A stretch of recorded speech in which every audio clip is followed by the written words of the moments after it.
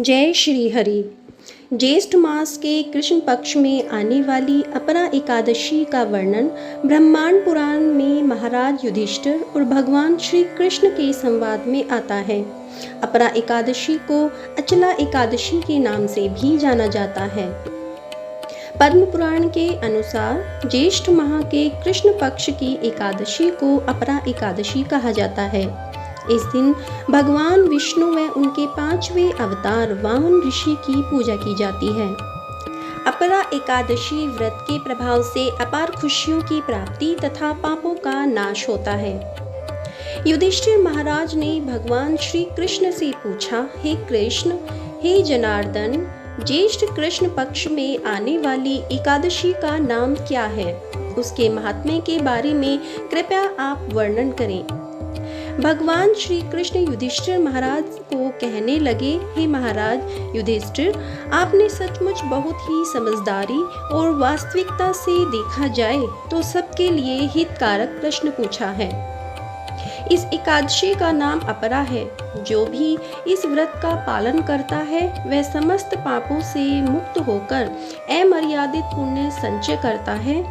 इस व्रत के पालन से अनेक घोर पापों से, जैसे कि ब्रह्म हत्या, भ्रूण हत्या, दूसरों की निंदा करना, अनैतिक स्त्री पुरुष संग, झूठ बोलना, झूठी गवाही देना, अभिमान करना, पैसे के लिए अध्यापन तथा वेद पठन, अपनी मर्जी से ग्रंथ लिखना, साथ ही झूठे भविष्य कहने वाले, फंसाने वाले वैद्य मुक्त होते हैं।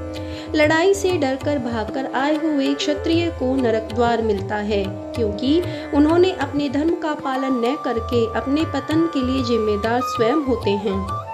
परंतु इस व्रत के पालन से ऐसे क्षत्रिय को भी स्वर्ग प्राप्ति होती है। भगवान श्री कृष्ण ने आगे कहा, हे राजन, अपने गुरु से ज्ञान प्राप्त करने के पश्चात उनकी निंदा करने वाले शिष्य को पाप की राशियां मिलती हैं। उस निंदित व्यक्ति ने भी इस व्रत का पालन किया तो वह भी सभी पापों से मुक्त हो जाता है। हे राजाधिराज, कार्तिक मास में पुष्कर तीर्थ में स्नान करने से प्राप्त किया हुआ पुण्य, माघ मास में प्रयाग तीर्थ में स्नान करने से, काशी में जाकर महाशिवरात्रि पालन करने से, गया में जाकर विष्णुपाद पर पिंड दान करने से, गुरु ग्रह जब भी सिंह राशि में आता है उस समय गौतमी में स्नान करने से, कुंभ मेले के समय केदारनाथ जाने से, बद्रीनाथ यात्रा करने से, सूर्य ग्रहण के समय कुरुक्षेत्री ब्रह्म सरोवर में स्नान करने से तथा हाथी, अश्व, सुवर्ण और भूमि दान से प्राप्त किया हुआ फल केवल अपरा एकादशी के पालन से सहज प्राप्त होता है। यह व्रत बहुत ही तीक्ष्ण कुल्हाड़ी से पाप वृक्ष को तोड़ देता है अथवा आग के जैसे सारे पाप वृक्षों को जलाकर भस्म करता है। यह व्रत तेजस्वी सूर्य से पापों के अंधकार को दूर भगाता है। हिरण रूपी पापों को भगाने वाला यह सिंह व्रत है।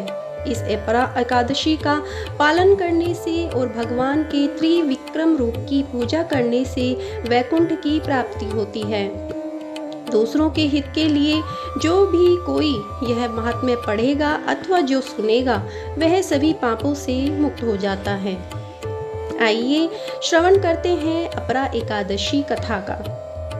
प्राचीन काल में महीध्वज नामक एक धर्मात्मा राजा था।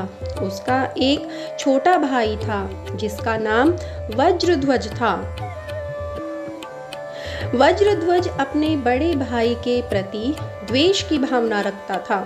अवसरवादी वज्रध्वज ने एक दिन राजा की हत्या कर दी और उसके शव को जंगल में पीपल के पेड़ के नीचे गाड़ दिया। माना जाता है कि अकाल मृत्यु होने के कारण राजा की आत्मा प्रेत बनकर पीपल पर रहने लगी। राजा धर्मात्मा की आत्मा उस मार्ग से गुजरने वाले हर व्यक्ति को परेशान करती थी। एक बार एक ऋषि जब इस रास्ते से गुजर रहे थे तब उन्होंने राजा की प्रेतात्मा को देखा। अपने तपोबल से उन्होंने उनके प्रेत बनने का कारण जान लिया। ऋषि ने राजा की प्रेतात्मा को पीपल के पेड़ से नीचे उतारा और परलोक विद्या का उपदेश दिया। राजा को प्रेत योनि से मुक्ति दिलाने के लिए ऋषि ने स्वयं अपरा एकादशी का व्रत रखा।